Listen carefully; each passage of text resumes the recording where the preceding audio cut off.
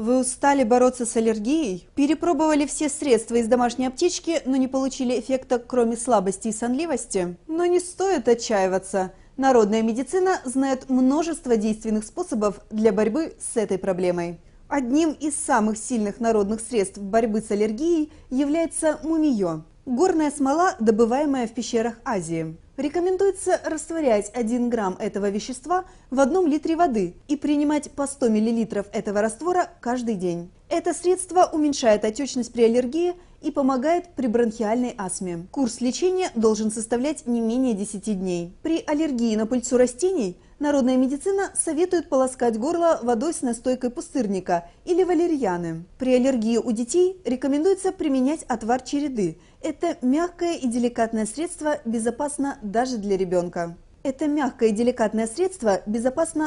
для ребенка. Еще одно народное средство в борьбе с аллергией – медовые соты и мед. Они помогают справиться с аллергическим кашлем, устраняют раздражение в горле.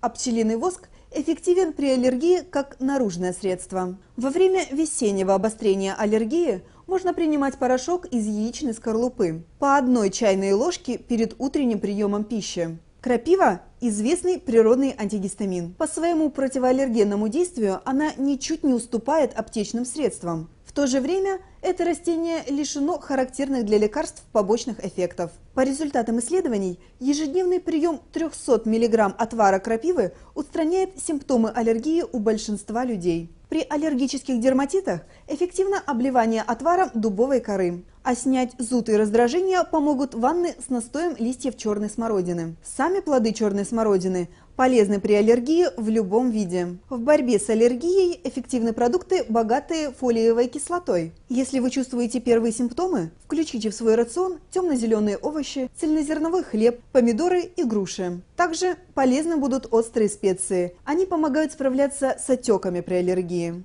Конечно, любое заболевание лучше лечить при участии врача. Но согласитесь, обращаться в клинику при каждом проявлении аллергии хлопотно и неудобно. Надеемся, наши советы помогут вам самостоятельно справиться с этим недугом.